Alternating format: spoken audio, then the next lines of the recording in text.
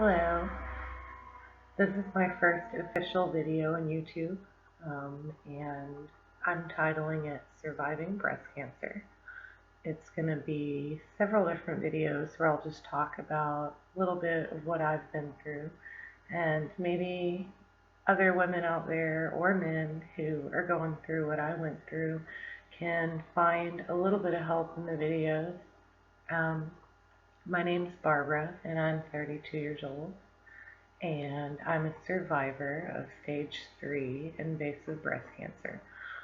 I was diagnosed in 2014 on my 31st birthday, and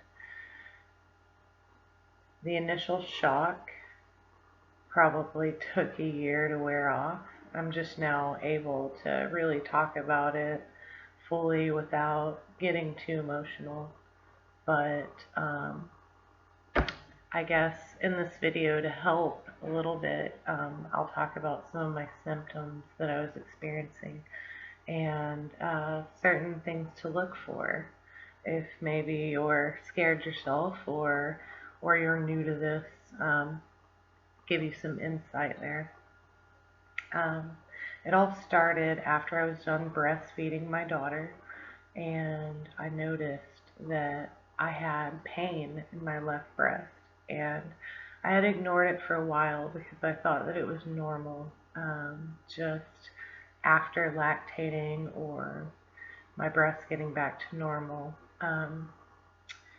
Well, I guess it was like 3 or 4 months after I'd finished. I was still lactating a little bit, which I thought was odd, because I hadn't done that with my first son, and also the pain hadn't really gone away. So I would notice when my daughter would lean on me that it would just really kind of hurt, or if I was leaning over the counter at work, I found it to be this stabbing pain.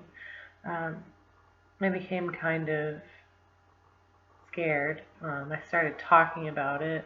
I was complaining about it an awful lot at work, and I kept telling everyone, oh my God, my boob hurts, and pretty sure they thought I was crazy. But I made an appointment with my doctor, and I went in and I told her what was going on, and we did an exam, and she had me hold my hands up above my head like this with my shirt on, and that's when she noticed a puckering, a dimpling in the skin underneath my nipple. I had never noticed that before because honestly, I never stood in a mirror with my arms above my head for any reason prior. Anyway, I told her, straight up, I think I have cancer. And she kind of gave me this giggle, and she said, it's probably just an infection because breast cancer doesn't hurt. I was pretty insistent on wanting to get checked out, so she scheduled me for a mammogram, and I went in for the mammogram the day before my birthday. I remember when I got there, I was terrified. I had already pretty much convinced myself I had cancer. I don't really know how, but I kind of just knew. I was already kind of preparing myself, but when I walked in for my appointment, I went in for the regular mammogram, and I went back out to the waiting room, and about 5 minutes later, they come back out and they say, we want you to come back in and do a 3D mammogram. So they pull me in the back, and I'm sweating by now because I just know there's just this feeling in the pit of my stomach. So I do the 3D mammogram, I go and I sit back in the lobby, and another 5 minutes goes by and the nurse comes out. She says, we want to do an ultrasound. And anyway, I just remember walking back there and I was just terrified. It's all kind of surreal, because after they did the ultrasound, the nurse asked the doctor to come in. And that's when he told me that he wanted to do a biopsy, and it was all so fast. he gave me a list of things it could be, and carcinoma, of course, came up, and I left that appointment in tears. Um, the next day, my phone rang, and it was the same doctor who had kind of laughed at me, except I could hear that there was something wrong, and she said, "You have cancer." And that's when I was just like, holy crap, you know. Um, that same day, they had me into a surgical oncologist, and I had to make up my mind on what kind of treatment I was going to go through. I was told that because my tumor was 7 centimeters, that a lumpectomy was not an option. So I went with a mastectomy, and by personal choice, I decided to have them both removed. Um, it's really up to the individual. I don't know if there's any studies showing that it's more effective to do that, but I was scared. I was really scared that it could possibly come back on the other side. And also, cosmetically, I just kind of figured it would be better for both sides to be even. So that's what I decided. Um, anyway, I went in, I guess it was like 5 days later that I was in the hospital getting my chemo put in. And from there, it was like a whirlwind. Um, I initially went through 4 months of chemo, and they put me on 6 different chemo drugs throughout the course of all the treatments. And in November, I had my mastectomy after chemo. And during that, they found out that the cancer had invaded my blood vessels in multiple places, which is called lymphovascular invasion. So I had to restart chemo again. And I went through another 4 months.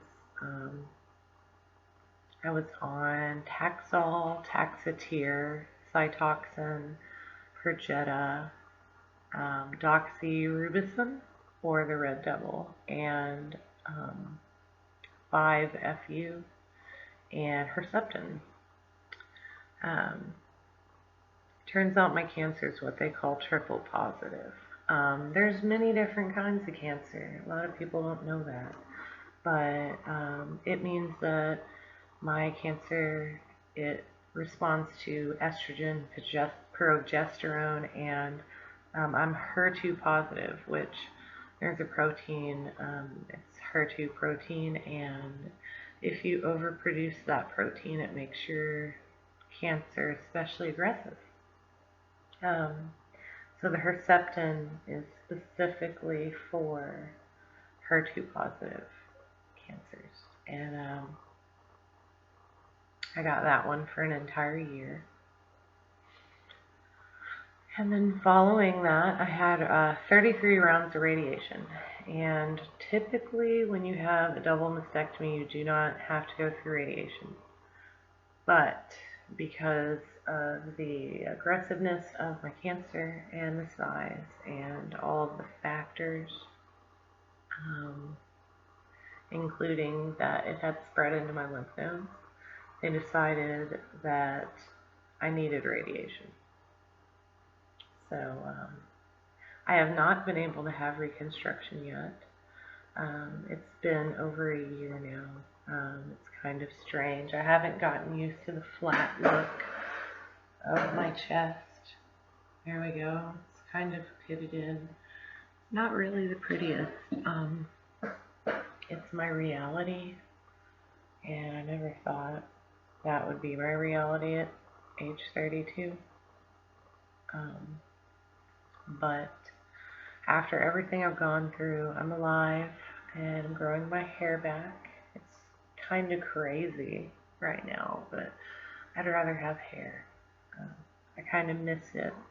Being bald for a whole year really kind of cuts down on how feminine a woman can feel. But hit me up. Leave me comments below if you have any questions, and I hopefully have helped you in some way. I'll post more videos soon, and thank you very much.